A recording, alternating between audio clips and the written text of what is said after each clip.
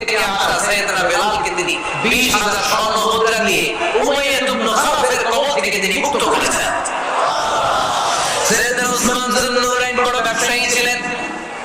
নিজের টাকা দিয়ে মদিনার মুসলমানেরা পানি খেতে পারে না। পীরে রুমা নামে একটা কুয়া ছিল, এই কুয়ার মালিক ছিল ইহুদি। মুসলমানেরা পানি খেতে গেলে সে বকা দিত, পানি খেতে দিত না।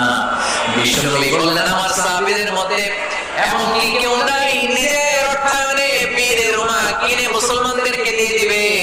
সাইয়েদনা উসমান যুন্নুরাইন বললেন, ইয়া রাসূলুল্লাহ, আপনার খেদমতে আমি হাজির। মুহূর্তের মধ্যে সাইয়েদনা উসমান যুন্নুরাইন নিজের অর্থায়নে পীরে রুমাটা কিনে মুসলমানদের জন্য সদকা করে দিয়েছে। ব্যবসা না করলে, কর্মঠ না হলে, উপার্জন না হলে সদকা করা যাবে? চিল্লায় বলেন করা যাবে? সুনানে তিরমিজির বর্ণনা, বিশ্বনবী সাল্লাল্লাহু আলাইহি ওয়াসাল্লাম